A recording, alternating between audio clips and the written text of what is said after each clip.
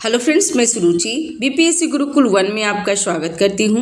Friends, आज हम देखेंगे परफेक्शन आईएएस का टेस्ट सीरीज देखेंगे, टेस्ट नंबर 25।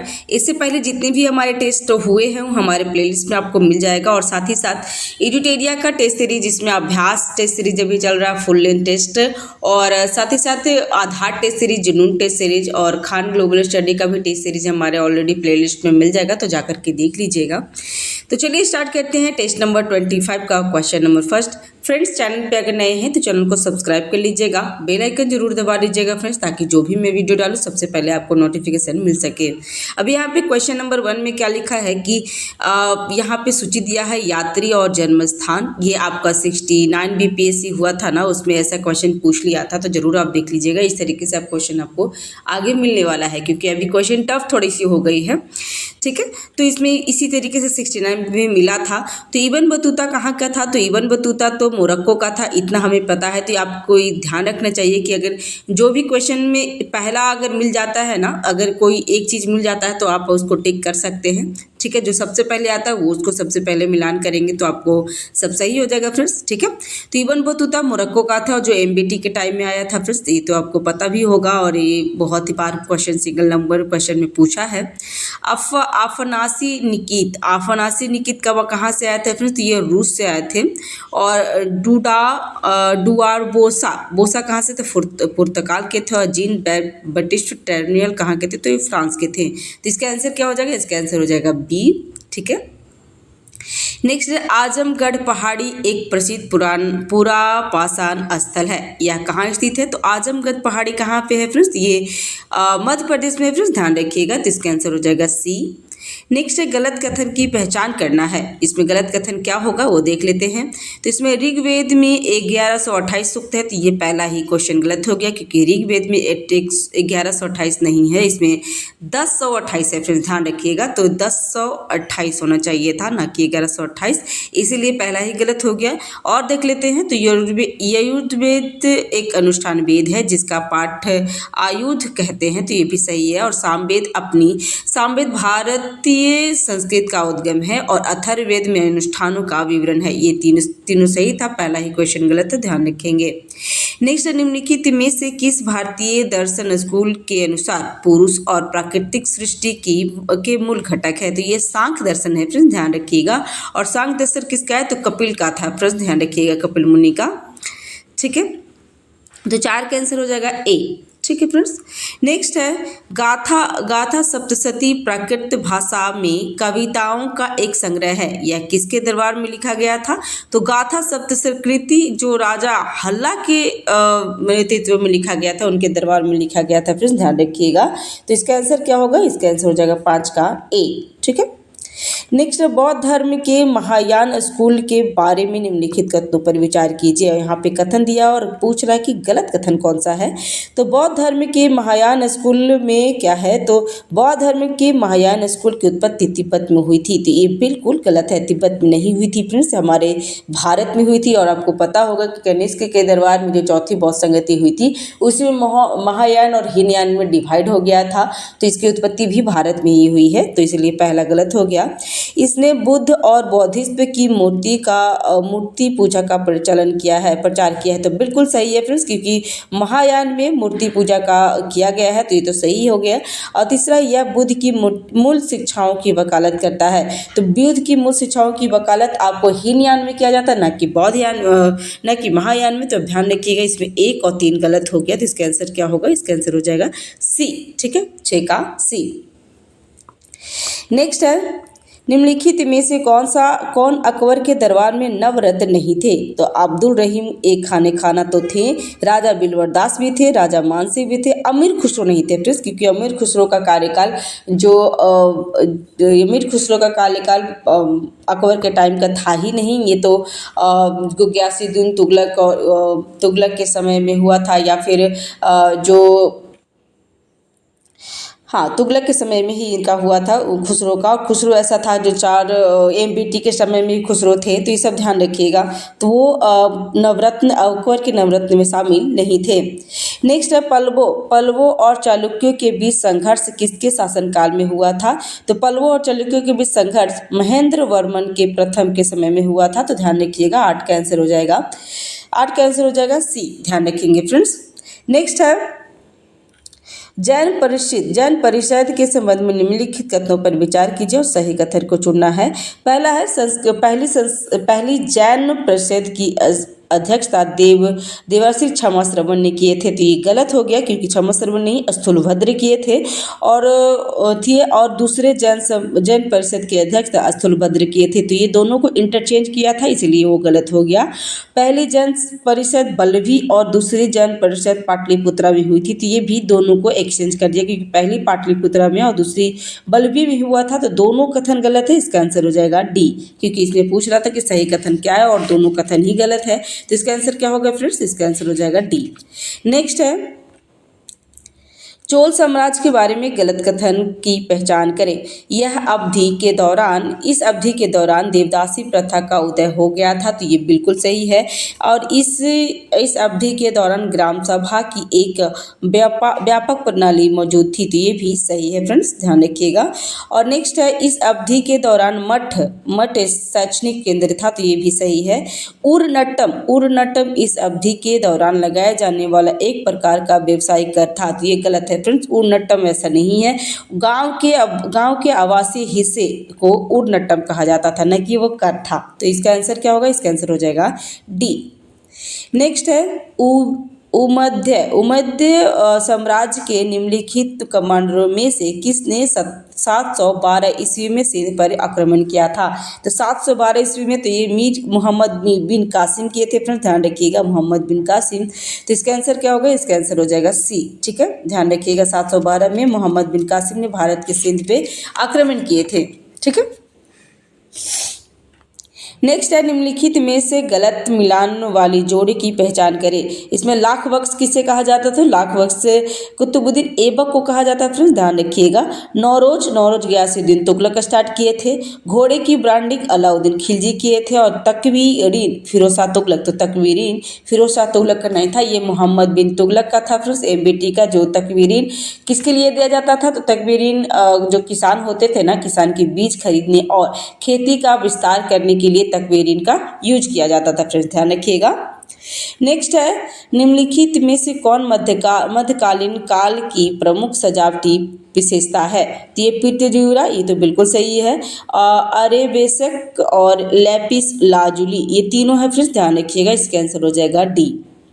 नेक्स्ट निम्नलिखित में से कौन सा सबसे अच्छा वर्णन करता है कि केंद्रीय बैंक गोल्डीलॉक्स अर्थव्यवस्था को बनाए रखने का लक्ष्य क्यों रख सकता है? तो इसका आंसर क्या होगा? 14 का आंसर हो जाएगा बी। मुद्रास्फीति या मंदी को ट्रिगर किए बिना विकास को संतुलन करना। इसका आंसर क्या होगा? इसका आंसर हो जाएगा बी। क्या है? तो गोल्डीलॉक्स अर्थव्यवस्था। नेक्स्ट है हवलदार, बरगीर और सिलदार मराठा साम्राज्य से जुड़े हुए थे। ये किस विभाग से जुड़े हुए थे? तो ये हवलदार, बरगीज और सिलदार क्या थे? तो ये घुड़सवार थे। फिर ध्यान रख लीजिएगा। नेक्स्ट है निम्नलिखित पुर्तगाली गवर्नर में से कौन सा गोवा में सती प्रथा को प्रतिबंध लगाने का जिम्मेदारी है? तो सती प्रथा को गोवा में किसने बंद किया था? तो अल्फांसो डी अल्बुकर्क किए थे। फिर ध्यान रखिएगा। तो इसका आंसर क्या होगा? 16 का आंसर हो जाएगा बी। और ये ना गोवा में ना क्या किया था कि गोवा किससे जीता था? तो आदिल शाह से जीत लिया था गोवा। 1510 में अल्बुकर्क ही नहीं जीता था। फिर ध्यान रखेंगे।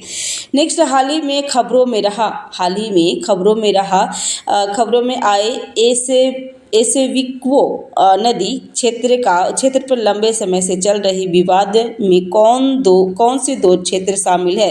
तो गुआना और वेनेजुएला है। फ्रेंड्स ये न्यूज में आया हुआ है, तो ये ध्यान रखिएगा, इसका आंसर हो जाएगा बी। ठीक है, गुआना और वेनेजुएला के बीच में है ये नदियाँ।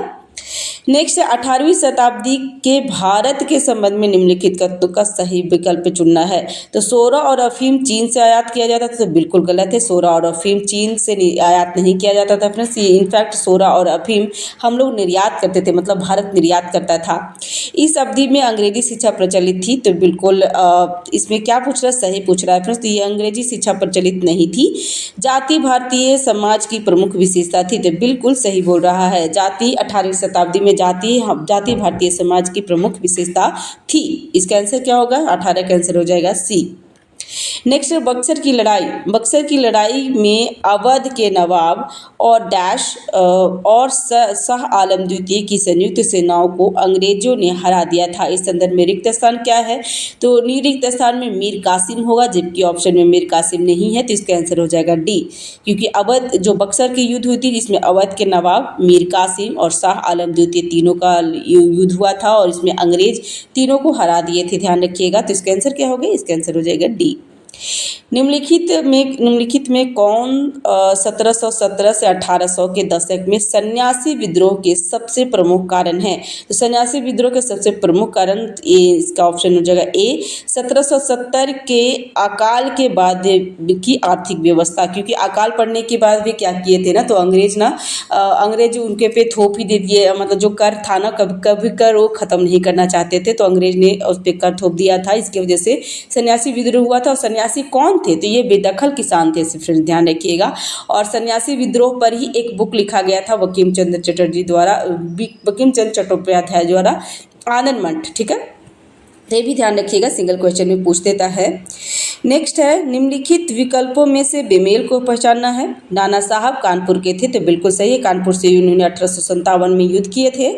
मौलवी लियाकत अली इलाहाबाद से थे, तो ये भी सही है। कुंवर सिंह बिहार से थे, तो ये भी सही है। गोपाल बंधु चौधरी उड़ीसा से, तो ये गलत है फ्रेंड्स। गोपाल बंधु चौधरी, इनका कार्यकाल वर्तमान जो असहयोग आंदोलन है ना, उस समय का उनका कार्य था, तो इसको ध्यान रखिएगा। तो इसका आंसर क्या होगा, इसका आंसर हो जाएगा 21 का आंसर है डी, ठीक है। नेक्स्ट है वैज्ञानिक विषयों और इतिहास पर एक पत्रिका दिग्दर्शन किसके द्वारा प्रकाशित किया गया था। तो दिग्दर्शन बाल शास्त्री जाम्बेकर द्वारा किया गया है, तो फ्रेंड्स ध्यान रखिएगा। तो इनका आंसर हो जाएगा बी, ठीक है, दिग्दर्शन। और ये कब हुआ था फ्रेंड्स, तो दिग्दर्शन 1840 में हुआ था, ठीक है, 1840 में। नेक्स्ट है एसोसिएशन का उद्देश्य हर वैध तरीके से लोगों की राजनीतिक, बौद्धिक और भौतिक उन्नति को बढ़ावा देना। एसोसिएशन ने वारकुनाला प्रेस एक्ट के खिलाफ अभियान भी चलाया और भारतीय सिविल सेवा परीक्षा के लिए आयु कम करने का विरोध किया। एसोसिएशन की पहचान कीजिए, तो कौन सा एसोसिएशन इसमें ऐसा काम कर रहा था फ्रेंड्स, तो ये कर रहा था इंडियन एसोसिएशन ऑफ कलकत्ता भी जाना जाता है, जिसे इंडियन नेशनल एसोसिएशन या और इंडियन एसोसिएशन के से भी नाम जाना जाता है। और ये 1876 में आनंद मोहन बोस और सुरेंद्र नाथ मुखर्जी द्वारा स्थापित हुआ था, फ्रेंड्स ध्यान रखिएगा। तो इसका आंसर हो जाएगा ए। नेक्स्ट IMF के बारे में निम्नलिखित कथनों पर विचार कीजिए, और इसमें क्या पूछ रहा है, इसमें सही कथन चुनना है। तो IMF की स्थापना 1944 में ब्रिटेन वुड्स सम्मेलन में के दौरान हुआ था, तो ये सही है। इसका प्राथमिक उद्देश्य भुगतान संतुलन की समस्याओं का सामना करने वाले देश को अल्पकालीन वित्तीय सहायता प्रदान करना है। तो IMF का एक ही काम होता है फ्रेंड्स, अल्पकालीन होता है, ना कि वो दीर्घकालीन के देती है, अल्पकालीन के लिए देता है, तो ये सही हो गया। IMF का मुख्यालय पेरिस फ्रांस में है, तो ये बिल्कुल गलत है। IMF का मुख्यालय कहाँ पे है फ्रेंड्स, तो वाशिंगटन DC में, मतलब अमेरिका में है, तो ध्यान रखेंगे। तो 24 का आंसर क्या होगा, 1 और 2 सही है, ठीक है, इसका आंसर हो जाएगा बी, ठीक है फ्रेंड्स। नेक्स्ट है फ्रेंड्स, चैनल पे अगर नए हैं तो चैनल को जरूर सब्सक्राइब कीजिएगा, बेल आइकन जरूर दबा दीजिएगा फ्रेंड्स, ताकि जो भी मैं वीडियो डालूँ सबसे पहले आपको नोटिफिकेशन मिल सके। नेक्स्ट है निम्नलिखित में से किसने हम राष्ट्र को जगाने के लिए मरना है, हम राष्ट्र को जगाने के लिए मरेंगे, नारा किसने दिया था, तो ये बाघा जतीन दिए थे फ्रेंड्स, ध्यान रखिएगा। ठीक है फ्रेंड्स, तो हम लोग 25 नंबर क्वेश्चन तक देख लिए थे कि इसमें पूछा है कि किसने कहा कि हम राष्ट्र को जगाने के लिए मरेंगे, तो ये बाघा जतीन कहे थे, ठीक है। नेक्स्ट है क्वेश्चन कि जालियांवाला बाग त्रासदी के गलत प्रभाव का पहचान करें। गलत प्रभाव क्या क्या पड़ा था इसमें, तो रविंद्रनाथ टैगोर ने अपनी नाइटहुड त्याग दिए थे, तो सही है। गांधी जी ने कैसर हिंद की उपाधि छोड़ दी थी, तो ये भी सही है। भारतीय होम रूल सोसाइटी की स्थापना हुई थी और असहयोग आंदोलन, तो ये भारतीय होम रूल सोसाइटी की स्थापना तो 1905 में हुई थी, आपको पता होगा 1905 में हुई थी।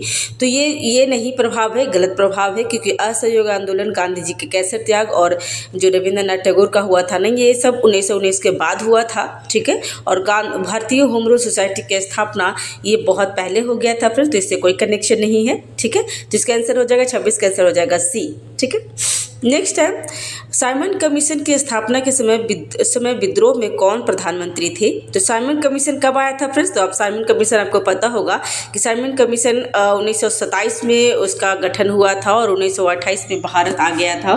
तो साइमन कमीशन की स्थापना के समय विद्रोह, यहाँ पे विद्रोह लिखा हुआ है जबकि यहाँ पे ब्रिटेन होना चाहिए था, देखिए ब्रिटिश यहाँ पे लिखा है, हिंदी में गलत कर दिया है। ब्रिटिश में कौन प्रधानमंत्री था? तो स्टैनली बाल्डविन थे फ्रेंड्स, ध्यान रखिएगा। और विंस्टन चर्चिल तो ये बहुत जो भारत छोड़ो आंदोलन था उस टाइम में थे, और एमजेस मैकडोनल्ड जो थे, जो सांप्रदायिक पंचायत हुआ था ना उस समय थे। तो ये और क्लेमेंट एटली कौन थे? तो क्लेमेंट एटली जो हमारे देश आज़ाद हुआ था 1947 में, उस टाइम में वो प्रधानमंत्री थे फ्रेंड्स। तो ध्यान रखिएगा, स्टैनली बाल्डविन, ध्यान रखेंगे फ्रेंड्स। इसका आंसर हो जाएगा सी। नेक्स्ट, आर्थिक निकासन के सिद्धांत में को भारत का आर्थिक इतिहास में प्रमुख रूप से वर्णन किया गया है, जिसे लिखा गया है, किसने लिखा है फ्रेंड्स? तो 28 का आंसर हो जाएगा सी, रोमेश चंद्र दत्त। ध्यान रखेंगे फ्रेंड्स, ये बुक है और बुक हमेशा पूछता है, ध्यान रखेंगे, ठीक है फ्रेंड्स। हमारा सिस्टम, मतलब मैं टैब से वीडियो बनाती थी और वीडियो मेरा, मतलब टैब मेरा ख़राब हो गया है, तो इसलिए मैं मोबाइल से बना रही हूँ, इसलिए कंटिन्यूटी नहीं हो पा रही, वीडियो कंटिन्यू नहीं अपलोड कर पा रही हूँ, क्योंकि मोबाइल से बनाने में बड़ा परेशानी हो जाता है।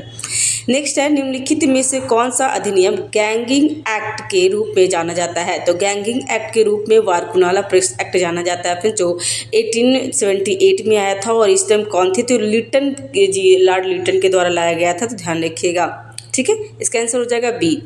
नेक्स्ट है, यहाँ पे मिलान करना सूची संबंधित शब्द और आंदोलन। तो तेभागा कहाँ पे हुआ था फ्रेंड्स? ये ध्यान रखिएगा। इसमें आपको इस तरीके के क्वेश्चन में आपको क्या करना है कि सबसे पहले जो आपको आता है उसको आप सबसे पहले बनाएंगे, ठीक है। तो आपको चंपारण सत्याग्रह तो पता ही होगा, तेनकठिया पद्धति, तो तेनकठिया पद्धति चंपारण सत्याग्रह हो गया। तो सी का एक में कौन है? तो आपको अगर एक क्वेश्चन भी आपको पता होगा तो ये क्वेश्चन को टिक अप कर सकते हैं। देखिए यहाँ पे सी में सिर्फ एक ही है और 3 का आंसर सही होगा, ठीक है। तेभागा क्या हुआ? तो तेभागा बरगदारी विधेयक हो गया।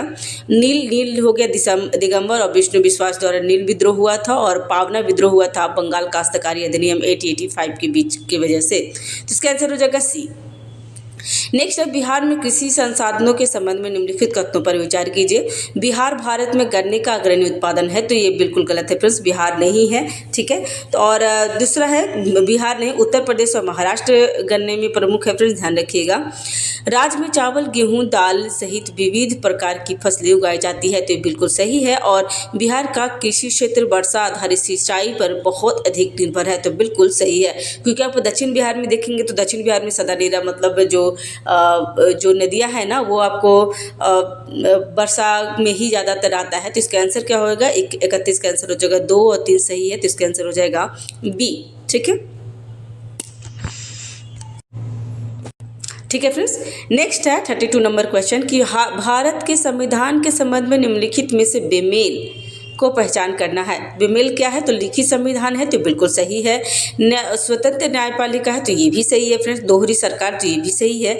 संविधान की लचीलापन, हमारा इसका आंसर हो जाएगा डी। संविधान का लचीलापन तो है, लेकिन कठोर और लचीलापन के बीच में है फ्रेंड्स, ठीक है।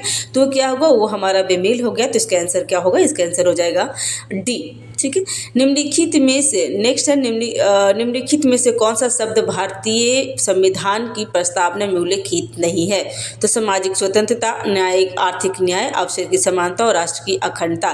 तो क्या नहीं है फ्रेंड्स? तो इसका आंसर हो जाएगा ए, सामाजिक स्वतंत्रता नहीं है, सामाजिक न्याय है फ्रेंड्स, ध्यान रखेंगे। ऐसा क्वेश्चन आपको अभी बोल रहे हैं सर कि फ्रेंड की बहुत क्वेश्चन टफ आएगा, तो टफ इसी तरीके से आएगा फ्रेंड्स। देख लीजिए, यहाँ पे प्रस्तावना में आपको पता है कि सामाजिक आर्थिक की सारे कुछ बताया जाता है, लेकिन यहाँ पे स्वतंत्रता में सामाजिक स्वतंत्रता नहीं दिया गया है, ध्यान रखिएगा, ठीक है। तो इसका आंसर क्या होगा? इसका आंसर हो जाएगा ए, ये बेमेल है, जबकि आर्थिक न्याय, अवसर की समानता, राष्ट्र की एक अखंडता शामिल है, ठीक है।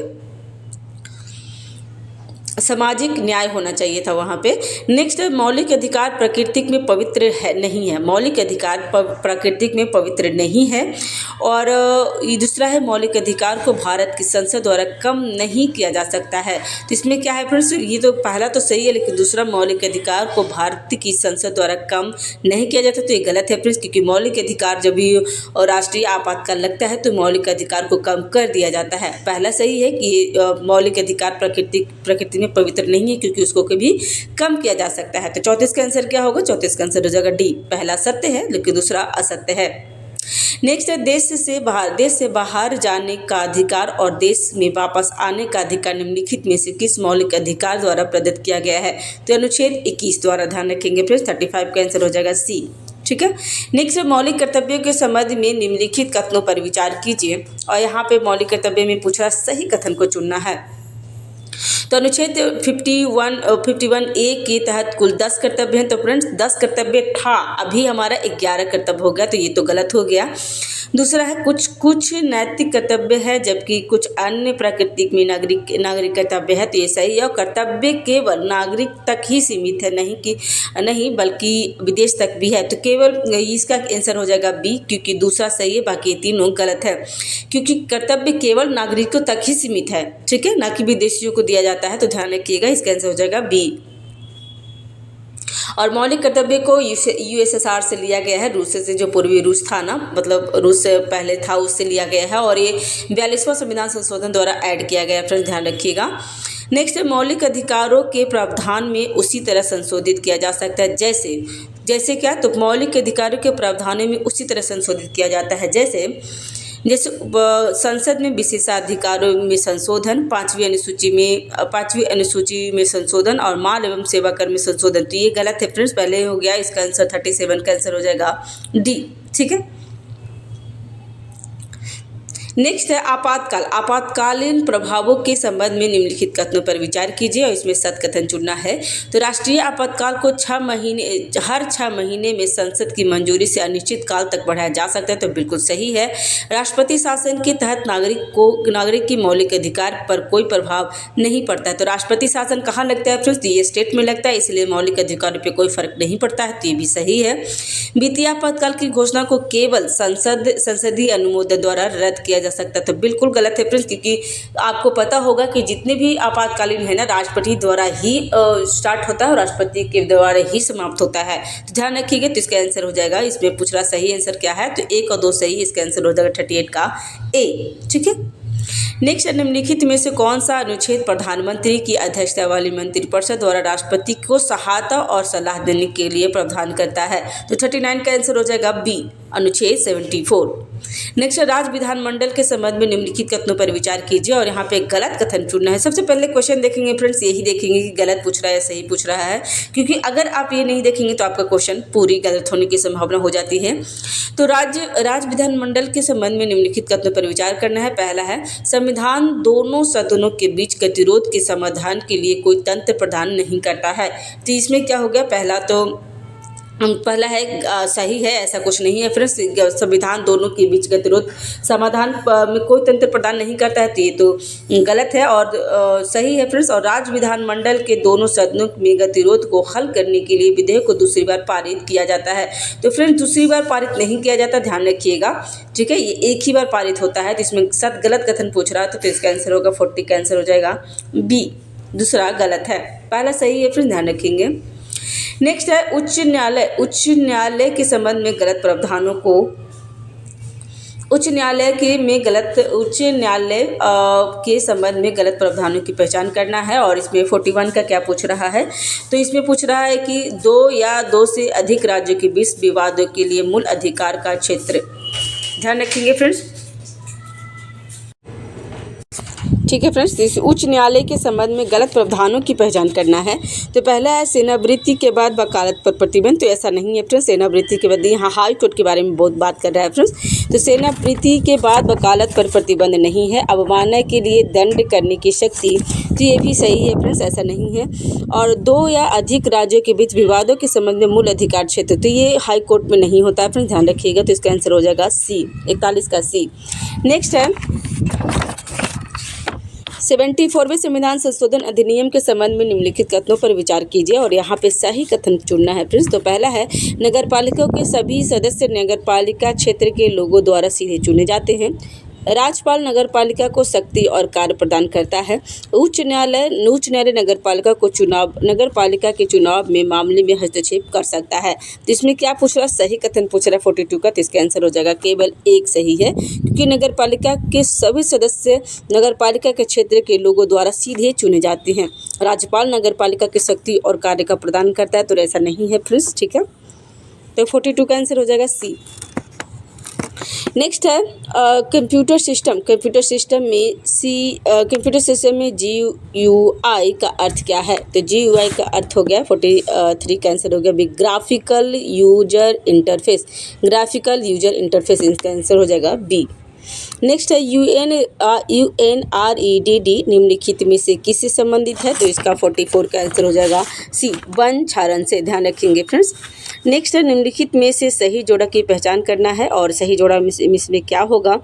तो मालाबार सीवेट गंभीर रूप से लुप्त प्राय है। तो इसका आंसर हो जाएगा ए, ठीक है।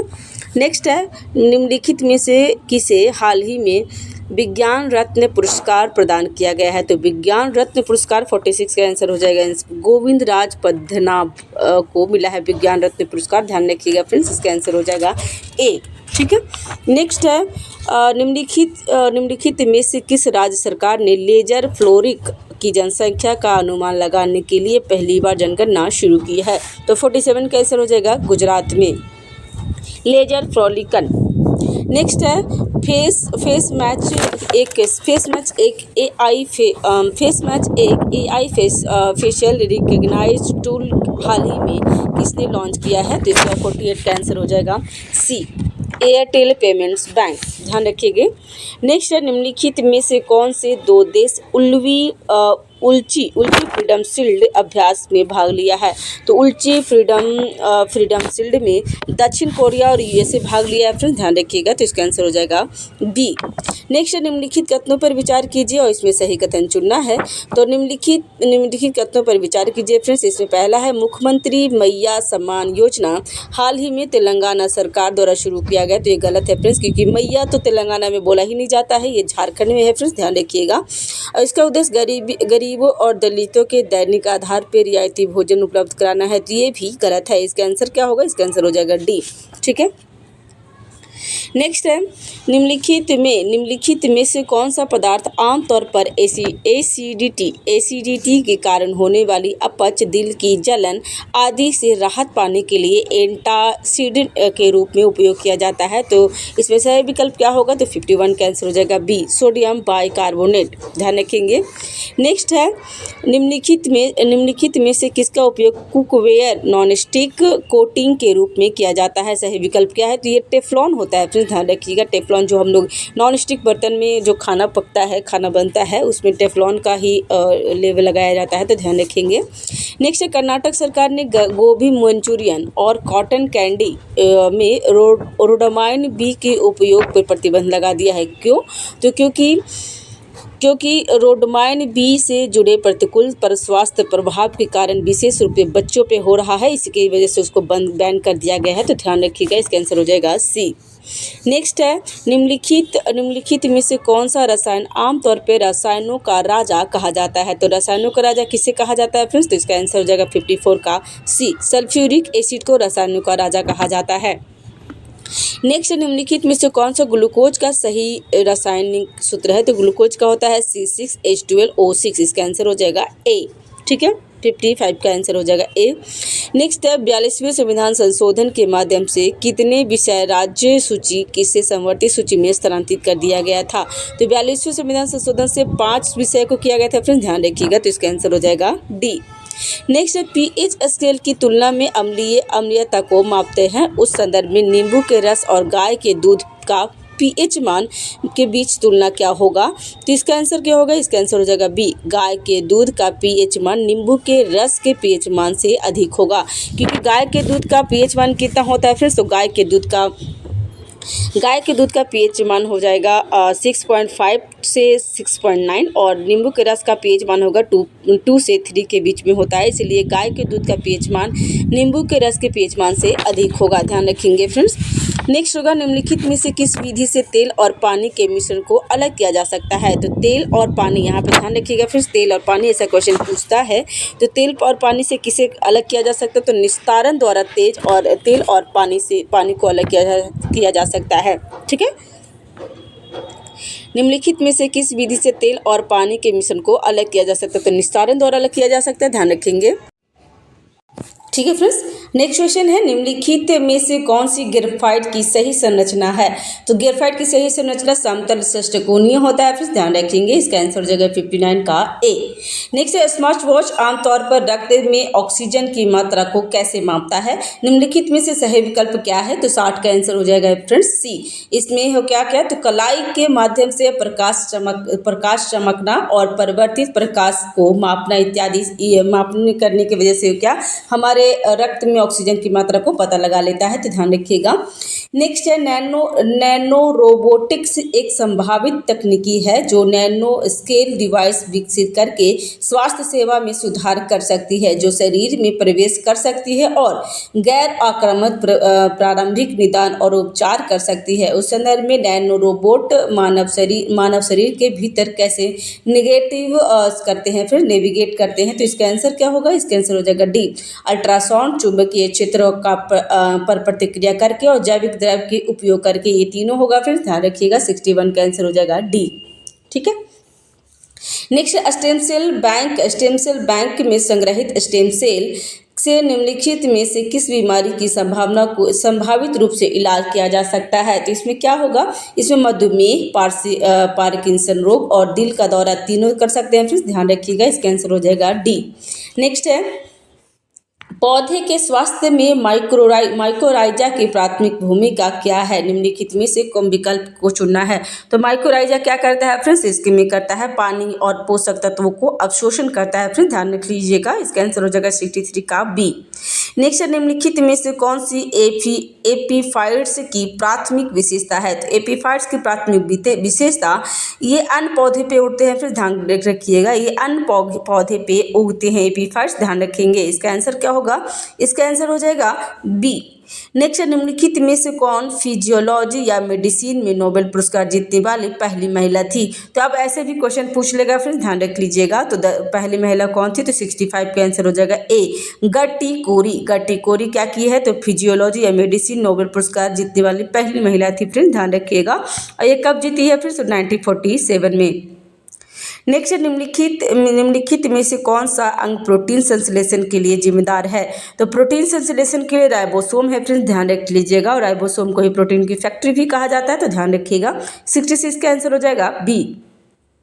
निम्नलिखित में से कौन सा अंग मानव शरीर में रसायनों को डिटॉक्सिफाई करने और दवाओं को मेटाबोलाइज करने के लिए मुख्य रूप से जिम्मेदार है। तो इसका आंसर हो जाएगा यकृत, लीवर होता है फ्रेंड्स, इसमें सारे कुछ जो भी जैसे किसी को पॉइजन भी दे के खिलाया जाता है ना, तो सारा कुछ जाकर के ना हृदय में जाता है, फ्रेंड्स लीवर में ही जाता है, और वही डिटॉक्स यही करता है फ्रेंड्स, डिटॉक्सिफाई के रूप में पहचाना जाता है। तो इसका आंसर क्या होगा, 67 का आंसर हो जाएगा सी। नेक्स्ट है गैस के तापमान को बढ़ाने से उसके दबाव पर क्या प्रभाव पड़ता है, यह मानते हुए कि आयतन स्थिर होगा।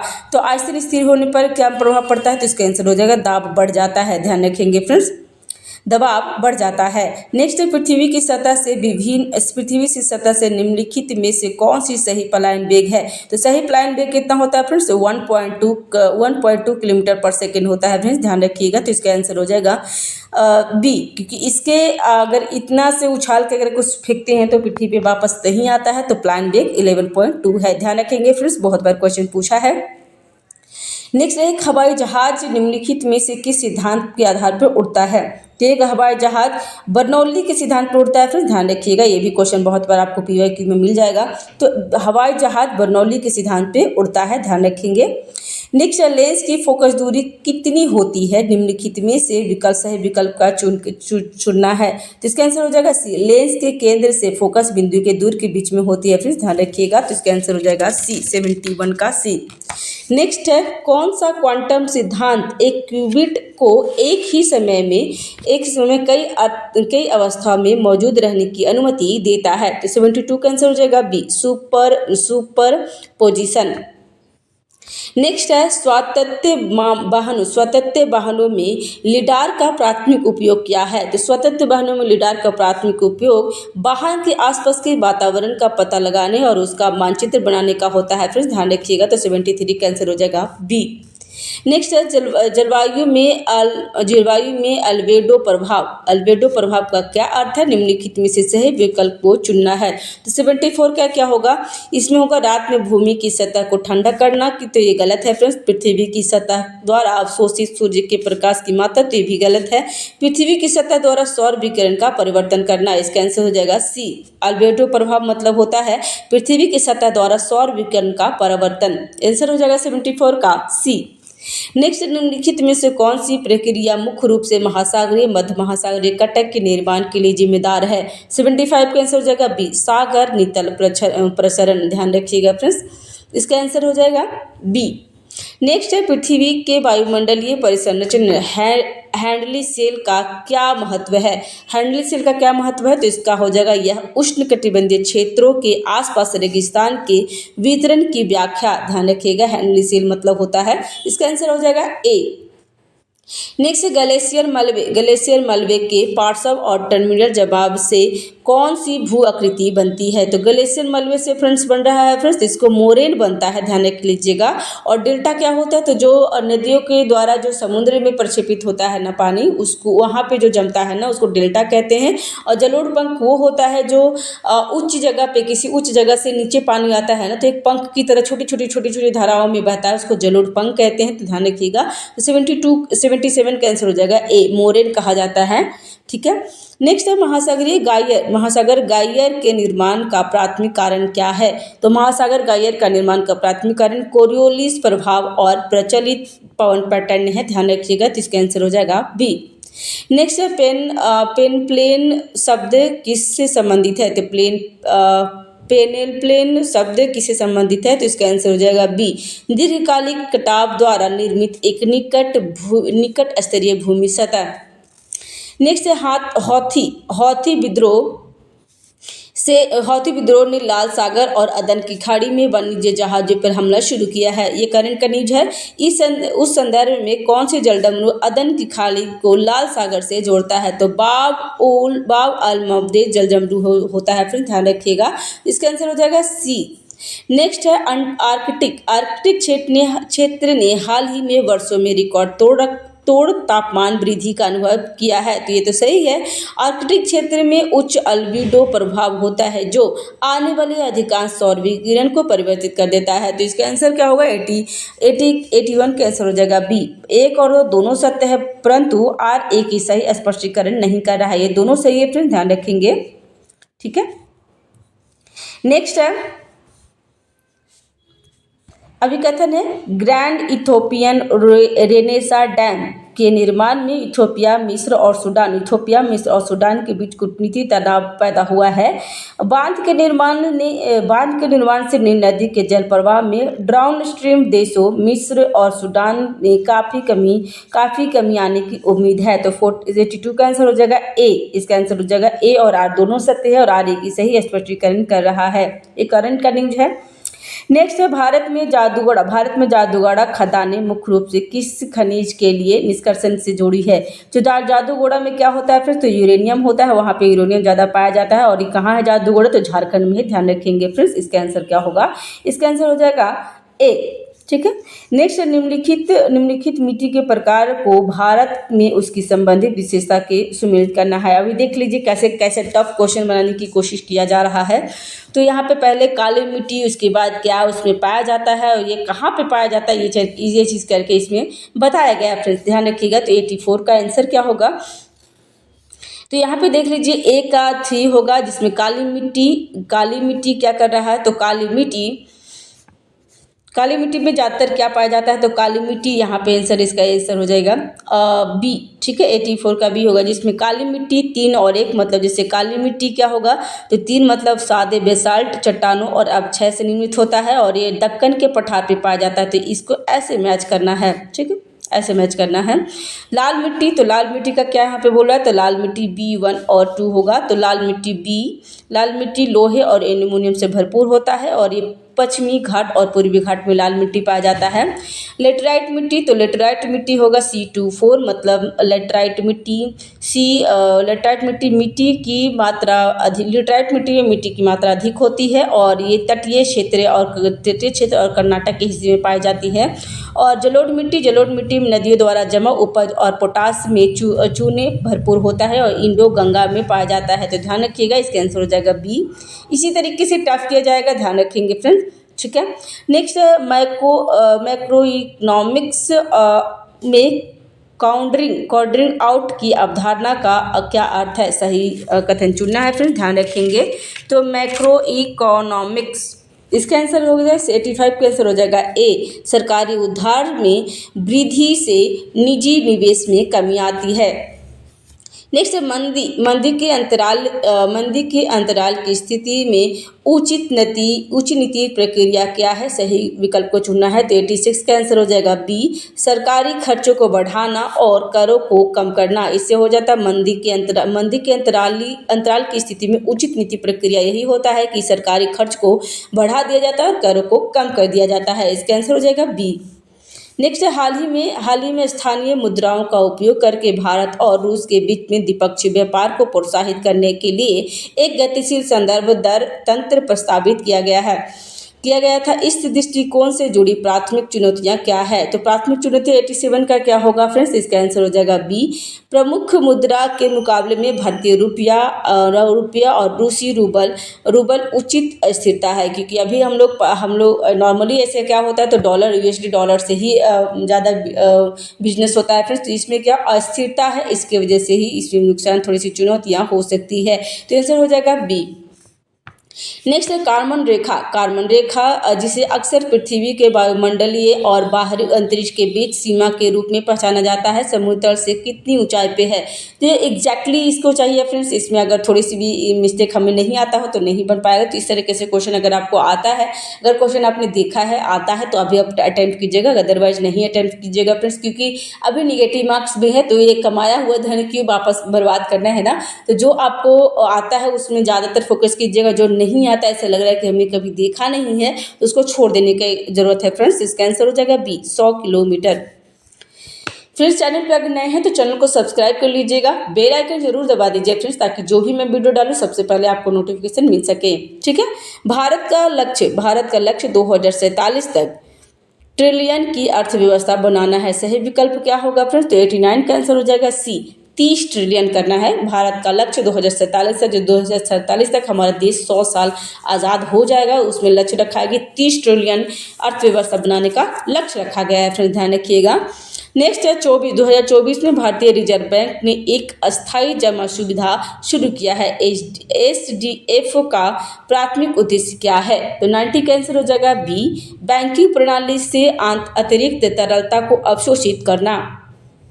नेक्स्ट है भारत सरकार द्वारा शुरू की गई एग्री स्टेक पहल का प्राथमिक उद्देश्य क्या है, तो एग्री स्टेक पहल का प्राथमिक उद्देश्य लक्षित कृषि सेवाओं प्रदान करने के लिए किसानों को एकीकृत डिजिटल डेटाबेस बनाना, इसका आंसर हो जाएगा बी। नेक्स्ट है वाइब्रेंट विलेज प्रोग्राम BVP के वित्तपोषण और कार्यान्वयन के बारे में निम्नलिखित तथ्यों पर विचार कीजिए, तो ये ना 66 या तो 67 में ये क्वेश्चन पूछा था वाइब्रेंट विलेज के बारे में फ्रेंड, ध्यान रखिएगा। तो इस तरीके से भी क्वेश्चन पूछ लेता है, इसमें क्या पूछ रहा है, तो कथन पूछ रहा है, यहाँ पे सही कथन दिया हुआ है, तो देख लेते हैं फ्रेंड्स। इसमें है BVP जो वाइब्रेंट विलेज प्रोग्राम को पूरी तरह से केंद्र द्वारा वित्त पोषित किया गया है, तो किया जाता है, जिससे राज्य सरकार का कोई योगदान नहीं होता है। तो ये गलत है फ्रेंड्स, क्योंकि राज्य सरकार का योगदान इसमें होता है फ्रेंड्स, ध्यान रखेंगे। नेक्स्ट है कार्यक्रम में सीमावर्ती गांवों के विकास के लिए कई मंत्रालय के बीच में समन्वय स्थापित शामिल है। तो ये तो सही है, और केवल वे गांव जिनकी आबादी 500 से कम है इस कार्यक्रम के तहत पात्र है। तो ये ऐसा कुछ प्रावधान नहीं किया गया, ध्यान रखिएगा। तो इसका आंसर हो जाएगा ए, मतलब इसका आंसर हो जाएगा बी, क्योंकि केवल 2 सही है, बाकी पहला और तीसरा गलत है। नेक्स्ट है, भारत में PM street vendors Atmanirbhar Nidhi Svanidhi योजना के लागू करने के लिए कौन सा मंत्रालय जिम्मेदार है? तो स्वनिधि योजना किसने लागू किया है फ्रेंड्स? तो इसका आंसर हो जाएगा आवास और शहरी मामले के मंत्रालय ने स्वनिधि योजना शुरू किया है। स्वनिधि का फुल फॉर्म होता है PM street vendor Atmanirbhar Nidhi, ठीक है। नेक्स्ट है, वित्त मंत्री ने केंद्रीय बजट 2024-25 के में प्रधानमंत्री जनजातीय उन्नति ग्राम अभियान शुरू करने की घोषणा की है। निम्नलिखित में से कौन सा मुख्य फोकस नहीं है इसमें? तो मुख्य फोकस नहीं है, इसका आंसर हो जाएगा शिक्षा और कौशल विकास, तो ये तो सही है। डिजिटल संरचना, ये भी सही है। स्वास्थ्य में सुधार, ये भी सही है। औद्योगिक विकास क्षेत्र नहीं इसमें शामिल है फ्रेंड्स, इसका आंसर हो जाएगा सी। ये बजट से है फ्रेंड्स, ध्यान रखेंगे। नेक्स्ट है, केंद्रीय बजट में वित्तीय वर्ष 2024-25 के लिए राजकोषीय घाटे का लक्ष्य क्या है? तो फिस्कल डेफिसिट के बारे में पूछ रहा है फ्रेंड्स। ये क्वेश्चन आपको जरूर एग्जाम में मिलेगा, ये आपको 1 मार्क्स जरूर दिलवाता है फ्रेंड्स। इसका आंसर हो जाएगा जीडीपी का 4.9। नेक्स्ट, निम्नलिखित में से किस राज्य सरकार ने सड़क समस्या के समाधान में तेजी लाने के लिए लोकपथ मोबाइल ऐप लॉन्च किया है? Lokpath mobile app Madhya Pradesh launch किया है फ्रेंड्स, ध्यान रखिएगा। तो 96 का आंसर हो जाएगा D, Lokpath mobile app Madhya Pradesh. Next है, एक वैज्ञानिक पक्षियों की आबादी का अध्ययन कर रहा है और देखता है कि लंबी चोंच वाली पक्षी भोजन प्राप्त करने और प्रजनन करने में छोटी चोंच वाली पक्षियों की तुलना में अधिक सफल है। समय के साथ आबादी में औसतन चोंच की लंबाई बढ़ जाती है। इसका उदाहरण क्या है? तो इसका उदाहरण 97 का आंसर हो जाएगा ए, दिशात्मक चयन फ्रेंड्स, ध्यान रखिएगा, ठीक है। इसका नेक्स्ट है, हाल ही में अनवरत इश्क पुस्तक, ठीक है। तो हाल ही में अनवरत इस पुस्तक का विमोचन खादी मॉल पटना में किया गया है। निम्नलिखित में पुस्तक के लेखक कौन है अनवरत इश्क फ्रेंड्स? तो इसका आंसर हो जाएगा 98 का आंसर हो जाएगा ए, सुभाष गुप्ता ने लिखा है अनवरत इश्क, ठीक है। अनवरत इश्क सुभाष गुप्ता का बुक है, जो खादी मॉल पटना से इसको क्या किया गया है, तो उसको विमोचित किया गया है, ध्यान रखिएगा फ्रेंड्स। इसका आंसर हो जाएगा ए। नेक्स्ट है, भारत में किस तारीख को राष्ट्रीय भाला दिवस के रूप में मनाया जाता है? तो राष्ट्रीय भाला दिवस 7 अगस्त को मनाया जाता है, क्योंकि नीरज चोपड़ा ने टोक्यो जो ओलंपिक हुआ था ना 2020 में, उसमें गोल्ड मेडल जीते थे 7 अगस्त को ही। तो उसी तारीख को भारतीय भाला दिवस के रूप में मनाया जाता है, ध्यान रखेंगे। नेक्स्ट है, निम्नलिखित में से किसे भारत के भुगतान संतुलन में पूंजी खाता लेन देन माना जाता है? तो इसका आंसर हो जाएगा बी, भारत में विदेश निवेश। नेक्स्ट है, WTO के तहत कृषि पर समझौते AOA का प्राथमिक उद्देश्य क्या है? तो 101 का आंसर हो जाएगा बी, बाजार पहुंच में सुधार करना और कृषि में निर्यात सब्सिडी अनुशासन को बढ़ाना, ध्यान रखेंगे फ्रेंड्स। इसका आंसर हो जाएगा बी। नेक्स्ट है, हाल ही में भारत FTA व्यापार समझौते पर ऐतिहासिक हस्ताक्षर सफल हो रहे हैं। निम्नलिखित में से कौन सा देश यूरोपीय मुक्त व्यापार संघ EFTA का सदस्य नहीं है? तो कौन नहीं है फ्रेंड्स? इसका आंसर हो जाएगा 102 का आंसर हो जाएगा डी, स्वीडन नहीं है फ्रेंड्स, ध्यान रखिएगा। नेक्स्ट हरित अर्थव्यवस्था के संदर्भ में चक्रीय अर्थव्यवस्था का शब्द क्या है? तो चक्रीय अर्थव्यवस्था का शब्द का क्या अर्थ होता है? तो 103 का आंसर हो जाएगा एक प्रणाली जिसमें अपशिष्ट को कम करने के लिए उत्पादों को पुनर्चक्रित और पुनः उपयोग किया जाता है, इसको बोलते हैं चक्रीय अर्थव्यवस्था। इसका आंसर हो जाएगा ए। नेक्स्ट है, कौन सी नदी बिहार राज्य के पूर्वी सीमा बनाती है और यह फिर पश्चिमी बंगाल में बहती है? तो ये महानंदा बहती है, फिर ध्यान रखिएगा। तो इसका आंसर क्या होगा? 104 का आंसर हो जाएगा बी, ठीक है। नेक्स्ट है, और ये ना फ्रेंड्स बिहार एटलस में करवाई हूँ महेश कुमार बर्नवाल और जो CME का है ना, दोनों को इंक्लूड करके मैं मैप करवाई हूँ, तो जाकर मैप में जरूर देख लीजिएगा। और बिहार स्पेशल के लिए एडिटोरिया बिहार तथ्य संग्रह मैंने पूरा बुक करवा दिया है फ्रेंड्स, तो आप जाकर के हमारे प्लेलिस्ट में आपको मिल जाएगा, जाकर के आप जरूर देखेंगे। नेक्स्ट है रामनगर दून बिहार के निम्नलिखित में से किस जिले में स्थित है, सही विकल्प चुनना है। तो रामनगर दून पश्चिम चंपारण में है फ्रेंड्स, ध्यान रखिएगा। तो 105 का आंसर हो जाएगा ए, रामनगर दून पश्चिम चंपारण में है। नेक्स्ट है, बिहार में निम्नलिखित नदियों को उनके प्रमुख प्रवाह क्षेत्र के साथ मिलान करना है। तो इसमें देख लेते हैं फ्रेंड्स, पहले जो आता है वो आपको सबसे पहले मिलान करना है। तो महानंदा कहाँ जाता है फ्रेंड्स, तो महानंदा पूर्वी बिहार में होता है। कोशी गंगा कहाँ, तो गंगा मध्य बिहार से बहती है फ्रेंड्स। तो ए का हो गया 3, इसमें देख लीजिए 1 का 3 कौन है, तो इसका आंसर हो जाएगा बी। अगर आपको एक भी क्वेश्चन आपको आता है ना, तो आप इस तरह के क्वेश्चन को बहुत इजीली ढंग से बना लीजिएगा, ध्यान रखिएगा, ठीक है। और कोसी, तो ऐसे मिलान ऐसे हो गया, आप कोसी मिलान करें तो मिला कर लीजिए। कोसी कहाँ, तो उत्तरी बिहार की है। गंडक क्या है, तो गंडक 3 का आंसर हो जाएगा 2, पश्चिमी बिहार में गंडक है और महानंदा पूर्वी बिहार में है, ध्यान रखिएगा। नेक्स्ट है, गया जिले में पाए जाने वाला कौन सा खनिज का कांच और चीनी मिट्टी के उद्योग में उपयोग किया जाता है। तो कांच और चीनी में क्या उपयोग किया जाता है, तो फेल्डस्पार किया जाता है फ्रेंड्स, जो गया जिले में पाया जाता है। 107 का आंसर हो जाएगा बी। नेक्स्ट है, निम्नलिखित में से कौन सा नदी बिहार में गंगा से सही स्थान पर नहीं मिलता है। तो गंडक सोनपुर में मिलता है, कोसी कुर्सेला में, बूढ़ी गंडक मुंगेर में और पुनपुन फतुहा में। तो पुनपुन तो फतुहा में मिलता है फ्रेंड्स, ध्यान रखिएगा। कोसी कुर्सेला में और गंडक सोनपुर में भी मिलता है। बूढ़ी गंडक मुंगेर में नहीं मिलता है फ्रेंड्स, इसका आंसर हो जाएगा बी, ठीक है। इसका आंसर है 108 का आंसर हो जाएगा बी। बूढ़ी गंडक सोमेश्वर की पहाड़ी से निकलती है और गंडक में समानांतर बहती है और यह बिहार के खगड़िया में गंगा नदी से मिलता है, न कि मुंगेर से, ध्यान रखेंगे। नेक्स्ट माफ कीजिएगा। नेक्स्ट है, सर्दियों के दौरान नागी नकटी पक्षी अभ्यारण्य में आमतौर पर कौन सा प्रवासी पक्षी बड़ी संख्या में पाया जाता है। तो यह बार हेडेड गूंज होता है फ्रेंड्स, ध्यान रखिएगा, बार हेडेड गूंज। और आपको बता दें फ्रेंड्स कि जो नागी नकटी पक्षी अभ्यारण्य है ना, उसको रामसर साइट में उसको ले लिया गया, 81 82 है। तो ये जरूर ध्यान रखिएगा फ्रेंड्स, अभी क्वेश्चन ये पूछ सकता है। नेक्स्ट है, बिहार में ताल मिट्टी पर कृषि पद्धति से जुड़ी निम्नलिखित चुनौतियों में से कौन सी सबसे आम है। तो बिहार में ताल मिट्टी कहाँ पाया जाता है, तो नदी जो ये गंगा नदी जाती है उसके उत्तर और दक्षिण में मिलता है, ये 10 किलोमीटर तक मिलता है फ्रेंड्स ताल मिट्टी। और यहाँ पे ना जल भराव और जल निकास की समस्या की वजह से ही वहाँ पे क्या होता है, तो जो कृषि पद्धति है ना उसकी चुनौतियाँ झेलना पड़ता है फ्रेंड्स, इसका आंसर हो जाएगा सी। नेक्स्ट है, भांगर मिट्टी बिहार में निम्नलिखित में से किस जिले में पाई जाती है। तो भांगर मिट्टी ये पूर्णिया, सहरसा, मुजफ्फरपुर, दरभंगा, भागलपुर, ये सभी में पाया जाता है फ्रेंड्स, इसका आंसर हो जाएगा ए। भांगर मिट्टी हर जगह पे, मिट्टी क्या है फ्रेंड्स, मिट्टी कोई स्पेसिफिक जगह नहीं होता है, कहीं ना कहीं थोड़ी थोड़ी बहुत मिलती ही है। तो इस तरीके के क्वेश्चन को ध्यान रखेंगे।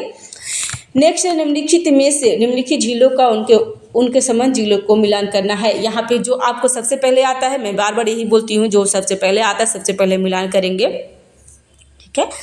तो यहाँ पे कांवरताल झील, क्योंकि कांवरताल झील रामसर साइट में भी है, तो आपको पता होगा सिटी 7 में कांवरताल झील के बारे में पूछा भी था। तो कांवरताल झील बेगूसराय में है, तो ये तो सही है, ठीक है। नेक्स्ट है, खड़गपुर झील कहाँ है, तो खड़गपुर झील ये मुंगेर में है फ्रेंड्स, ध्यान रखिएगा। और घोड़ा कटोरा झील, तो घोड़ा कटोरा झील नालंदा में है और अनुपम झील कैमूर में है, ध्यान रखिएगा। तो इसका आंसर क्या होगा, 112 का आंसर हो जाएगा सी। नेक्स्ट है, निम्नलिखित में से कौन सा कथन भारत में आंशिक रूप से कमजोर जनजाति समूह PVTGS की उत्पत्ति और पहचान का सटीक वर्णन करता है। इसमें 113 का क्या होगा, तो यह ढेबर आयोग की रिपोर्ट जो 1960 से 61 के आधार पर चौथी पंचवर्षीय योजना के दौरान PVTGS का गठन किया गया था। आंसर होगा इसका बी।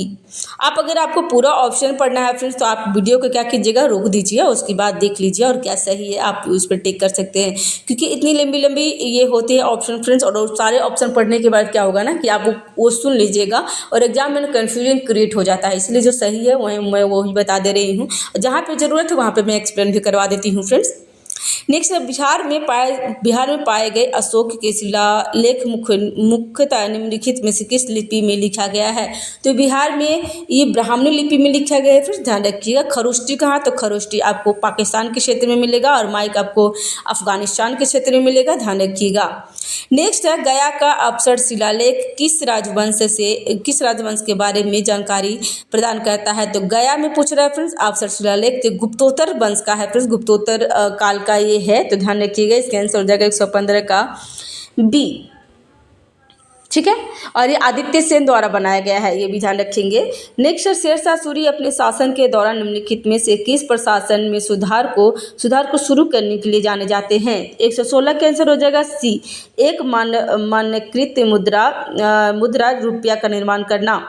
जब्त प्रणाली भी स्टार्ट किए थे फ्रेंड्स, लेकिन जब्त प्रणाली ज़्यादातर प्रचलित किसके टाइम में हुआ था, तो ये अकबर के टाइम में हुआ था। तो ये उनका ज़्यादातर है, तो इसका आंसर हो जाएगा सी। नेक्स्ट है मिल्पा और लादंग के नाम से जाने जाने वाली कृषि पद्धति की प्राथमिक विशेषता क्या है। 117 का आंसर हो जाएगा स्लैग एंड वन तकनीकी के बाद स्थानांतरण खेती। ये स्थानांतरण खेती होता है, फिर ध्यान रखिएगा। तो इसका आंसर हो जाएगा 17 का सी। नेक्स्ट है 18 निम्नलिखित में से किस सुल्तान ने दरभंगा में जामा मस्जिद का निर्माण किया था। तो निर्माण करवाया था, किसने कराया था दरभंगा में, तो मोहम्मद बिन तुगलक MBT करवाए थे फ्रेंड्स, ध्यान रखिएगा। तो 118 का आंसर हो जाएगा बी। नेक्स्ट निम्नलिखित विकल्पों में से उस व्यक्ति की पहचान करें जो 1857 के आंदोलन के दौरान अंग्रेजी के खिलाफ गुरिल्ला युद्ध छोड़ा था। तो गुरिल्ला युद्ध कौन करता था फ्रेंड्स, तो गुरिल्ला युद्ध अमर सिंह करते थे, ध्यान रखिएगा। तो इसका आंसर हो जाएगा 119 का आंसर हो जाएगा ए अमर सिंह। अब पीर अली कौन थे, तो पीर अली बिहार में पटना में सबसे पहले किए थे बिहार में, और बिहार में मतलब पटना में सबसे जल्दी पहले ही 1857 का विद्रोह में शामिल हुए थे पीर अली, जो पुस्तक विक्रेता थे। और कुंवर सिंह तो पूरे मतलब जो नेशनल लेवल पे जो हुआ था 1857 में, बिहार का नेतृत्व किए थे, ध्यान रखिएगा। और अमर सिंह कुंवर सिंह का ही भाई थे, ध्यान रखेंगे फ्रेंड। कर्पूरी ठाकुर ने पहली बार बिहार के मुख्यमंत्री के रूप में किस वर्ष पदभार संभाला था। तो आपको बता दें फ्रेंड्स कि कर्पूरी ठाकुर को भारत रत्न दिया गया है, और ये 49 में रत्न है फ्रेंड्स, ये भी याद रख सकते हैं। और कर्पूरी ठाकुर सबसे पहले कब बने थे, मुख्यमंत्री के पद संभाले थे, तो 120 का आंसर हो जाएगा बी। 1977 में एक बार 1977 में लिए थे, उसके बाद 77 से 71 और इसके बाद 77 से 79 तक था, ध्यान रखिएगा। नेशनल लोकनायक जयप्रकाश नारायण के सम्मान में निम्नलिखित में से किस तिथि को लोकतंत्र बचाओ दिवस के रूप में मनाया जाता है। तो लोकतंत्र बचाओ मिटा देते हैं फ्रेंड्स, ये आपको कन्फ्यूजन क्रिएट कर देगा। लोकतंत्र बचाओ दिवस कब होता है फ्रेंड्स, 121 का आंसर हो जाएगा बी। 11 अक्टूबर को लोकतंत्र बचाओ दिवस के रूप में मनाया जाता है। परफेक्शन में क्या होता है ना फ्रेंड्स, परफेक्शन का क्वेश्चन सेट में किसमें ना बहुत छोटा लिखा जाता है, और एक क्वेश्चन मतलब एक दूसरे से कनेक्टेड रहता है, बहुत ही नज़दीक रहता है। तो इसमें ना टिक करने में थोड़ी सी ये हो जाती है, प्रॉब्लम होती है। और सब्जेक्ट्स KGS वाला देख लीजिए, तो KGS में थोड़ा सा बड़ा रहता है, तो पढ़ने में ईजी हो जाता है। इसमें बहुत छोटा जगह पे लिखा हुआ होता है। नेक्स्ट है सूरज नारायण सिंह किस क्रांतिकारी समूह के प्रमुख सदस्य थे। तो सूरज नारायण सिंह ये कहाँ से थे फ्रेंड्स, तो 122 का आंसर हो जाएगा सी। आज़ाद दस्ता, और आज़ाद दस्ता का किसने किया था फ्रेंड्स, तो ध्यान रखिएगा, इसका आंसर हो जाएगा सी आज़ाद दस्ता, सूरज नारायण सिंह और ये जयप्रकाश नारायण द्वारा स्थापित किया गया था। नेक्स्ट है भारत की स्वतंत्रता से पहले बिहार के पहले राज्यपाल कौन थे, सही विकल्प को चुनना है। बिहार के पहले राज्यपाल के बारे में पूछ रहा है फ्रेंड्स, और स्वतंत्रता से पहले पूछ रहा है, तो ये कौन होंगे, तो 123 का आंसर हो जाएगा सी। सर जेम्स डेविड शिफ्टन कौन थे, ऐसे ध्यान रखिएगा, शिफ्टन कौन थे, तो राज्यपाल थे जो शिफ्ट होते रहते थे, ऐसे करके याद कीजिएगा, क्योंकि ये बार क्वेश्चन पूछ रहा है, ये गलत हो गया। और चेमियार कौन थे, तो चेमियार हाई कोर्ट के थे, ध्यान रखेंगे फ्रेंड्स। नेक्स्ट है एक स्कूल, ये तो आपका मैथ आ गया है फ्रेंड्स, मैथ है ये चीज़। आप अगर आपको मैथ बनाना है तो आप आराम से वीडियो में ऐसे आराम से करके ले जा रही हूँ, आप आराम से वीडियो देखिए, आराम से रोकिए, मैथ बना लीजिए। अगर वो एक काम करती हूँ मैं फ्रेंड्स, ये मैथ आया है ना, तो इसमें मैं टिक कर देती हूँ कि सही आंसर कौन सा है, ताकि आप बनाइएगा ना तो आपको ईजी हो जाएगा। 124 का आंसर क्या था, 124 का आंसर है सी, ठीक है। 500, 125 का आंसर है सी, 105 का भी 25 का आंसर भी सी है, 18 वर्ष, ठीक है। और 126 का आंसर क्या होगा, एक दिन में कितनी बार घड़ियाँ सुई सीधी रेखा में होती है, तो ये 44 बार होती है, ध्यान रखिएगा। 126 का आंसर हो जाएगा सी। नेक्स्ट है नाव वाली क्वेश्चन है, तो 127 का आंसर हो जाएगा ए, ठीक है। नेक्स्ट है 141 का आंसर हो जाएगा 141 नहीं होना चाहिए फ्रेंड्स, एक यहाँ पे 128 है, ठीक है। 128 का आंसर हो जाएगा सी। और एक घास पर 129 का कितना होगा, 129 का भी सी है, ठीक है। और 130 का भी आंसर, और 130 का आंसर भी डी है, ठीक है। 131 का आंसर क्या है? 131 का आंसर सी है। तो आप ना ऐसे करके आप बना लीजिएगा, मैं आपको आंसर शीट बता दी हूँ, आप अगर खुद से क्वेश्चन बना सकते हैं। 132 का आंसर हो जाएगा बी, और 133 का आंसर हो जाएगा, 133 का आंसर है सी। 134 का, तो अभी हमारा फिर से आ गया ये कि किसान क्रेडिट कार्ड 1998 में किसानों की अल्पावधि ऋण प्रदान करने के उद्देश्य से शुरू किया गया था। इस योजना को निम्नलिखित में से किस वर्ष मत्स्य पालन और पशुपालन क्षेत्र में विस्तारित किया गया था? तो ये 134 का आंसर हो जाएगा सी, 2018 में। कि KCC कब हुआ, स्थापित हुआ है फ्रेंड्स? तो ये 1958 में ये स्टार्ट हुआ था, लेकिन मत्स्य पालन और पशुपालन उसमें ऐड किया गया था 2018 में। नेक्स्ट है इंडिया एजिंग रिपोर्ट 2023 के अनुसार तेजी से बढ़ती बुजुर्ग आबादी 2050 तक भारत की आबादी की डैश से अधिक हिस्सा होगी। इस संदर्भ में रिक्त स्थान पे क्या है? जो 135 का आंसर हो जाएगा बी, 20% से अधिक होगी। नेक्स्ट, निम्नलिखित में से कौन भारत में अपने परिसर स्थापित करने वाला विदेशी विश्वविद्यालय है? तो कौन है फ्रेंड्स? 136 का आंसर हो जाएगा सी, साउथ टेटम विश्वविद्यालय। ध्यान रखिएगा फ्रेंड्स, इसका आंसर हो जाएगा 136 का आंसर सी होगा, ध्यान रखिएगा। नेक्स्ट है भारतीय पैरालंपिक अवनी लखेरा ने निम्नलिखित में से किस खेल में स्वर्ण पदक जीता है? तो अवनी लखेरा कौन है फ्रेंड्स? तो शूटिंग है उनका, निशानेबाजी। इसका आंसर हो जाएगा 37 का ए, शूटिंग। अवनी लखेरा शूटिंगबाजी है। नेक्स्ट है अंतर्राष्ट्रीय क्रिकेट परिषद के नवनियुक्त अध्यक्ष कौन है? अंतर्राष्ट्रीय क्रिकेट परिषद के, तो ये जय शाह है फ्रेंड्स, ध्यान रखिएगा, इसका आंसर हो जाएगा बी। नेक्स्ट है एयरबस और टाटा निम्नलिखित में से किस वर्ष तक भारत का पहला H-125 हेलीकॉप्टर लॉन्च करने के लिए तैयार कर रहा है? तो 139 का आंसर हो जाएगा, उपरोक्त में से कोई नहीं, ऐसे इसका आंसर होगा फ्रेंड्स, क्योंकि ये 2026 तक ये हैं, 2026 तक, ना कि इसमें ऑप्शन कोई नहीं है, इसलिए इसका आंसर गलत हो गया। नेक्स्ट, निम्नलिखित में से किस जिले में बिहार का पहला खेल विश्वविद्यालय बनाया गया है? तो बिहार का पहला खेल विश्वविद्यालय राजगीर में बनाया गया, और राजगीर कहाँ है? तो नालंदा में है।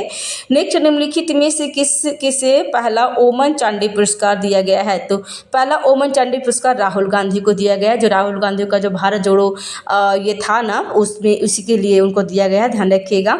नेक्स्ट है global finance central bank report card 2024 के अनुसार किसे A+ दर प्राप्त है? तो किसे A+ दर प्राप्त है? तो इसका आंसर हो जाएगा Christian candle, Thomas Shaktikanta Das और थॉमस जॉर्डन। इसमें आंसर हो जाएगा डी, सभी को।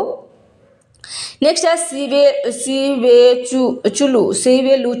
सीवेलुचु ज्वालामुखी हाल ही में चर्चा में रहा है, यह कहाँ स्थित है? तो ये रूस में स्थित है फ्रेंड्स, जो रूस में स्थित है, ध्यान रखिएगा। 43 का आंसर हो जाएगा सीवेलुचु ज्वालामुखी, रूस में। चटका प्रदीप है ना, वहाँ पे ये हुआ है, ध्यान रखिएगा। नेक्स्ट है यूनेस्को ने निम्नलिखित में से किसे भारत का पहला साहित्यिक शहर घोषित किया गया है? तो कोझिकोड को किया है, ध्यान रखिएगा। 144 का आंसर हो जाएगा ए, ये बहुत इंपॉर्टेंट है फ्रेंड्स, ध्यान रखिएगा। कोझिकोड को भारत का साहित्य शहर घोषित किया गया है, ठीक है। नेक्स्ट है भारत के निम्नलिखित में से किस राज्य ने भारत का पहला चावल ATM लॉन्च किया है? तो चावल ATM उड़ीसा में भुवनेश्वर में हुआ है, ध्यान रखिएगा, जिसका आंसर हो जाएगा 45 का डी। नेक्स्ट है निम्नलिखित बॉलीवुड अभिनेता में से किसको 77 में लोकार्नो फिल्म फेस्टिवल में पांडो अलका कैरियर पुरस्कार से सम्मानित किया गया है? तो ये शाहरुख खान को दिया गया है, ध्यान रखिएगा, इसका आंसर हो जाएगा बी। नेक्स्ट, निम्नलिखित विकल्पों में से one world media press freedom award 2024 के विजेता की पहचान करना है? तो 147 का आंसर हो जाएगा सी, बिलन को मिला है, बिलन को। नेक्स्ट है भारत का पहला तेल और गैस एक्सचेंज ट्रेड फंड्स किसके द्वारा लॉन्च किया गया है? तो भारत का पहला तेल और गैस एक्सचेंज ट्रेडर्स फंड किसके द्वारा लॉन्च किया गया है? तो 48 का आंसर हो जाएगा ए, IIC प्रूडेंशियल। नेक्स्ट, हाल ही में सेंट मार्टिन द्वीप खबरों में था, यह कहाँ स्थित है? तो 149 का आंसर हो जाएगा सी, बंगाल की खाड़ी में सेंट मार्टिन द्वीप है फ्रेंड्स, ध्यान रखिएगा। नेक्स्ट, बिहार का पहला हाथी गलियारा पहला हाथी गलियारा निम्नलिखित में से किस जिले में स्थापित किया गया है? तो 150 का आंसर हो जाएगा बी, जमुई में। फ्रेंड्स ध्यान रखिएगा। थैंक्स फॉर वॉच फ्रेंड्स, ये वीडियो हमारा कंप्लीट होता है। Thanks for watching, have a nice day. अभी थोड़ी सी मेरी आवाज़ मतलब मुझे कुछ थोड़ी सी प्रॉब्लम हो गई है, इसकी वजह से आवाज़ थोड़ी सी लड़खड़ा रहा होगा, तो प्लीज़ मैनेज कर लीजिएगा। मुँह में थोड़ी सी जो कहते हैं ना जीवा जाना, ठीक है। तो thanks for watching, have a nice day, keep watching, keep learning, thank you, bye bye. मिलते हैं नेक्स्ट वीडियो में। थैंक्स। चैनल को जरूर सब्सक्राइब करेंगे फ्रेंड्स।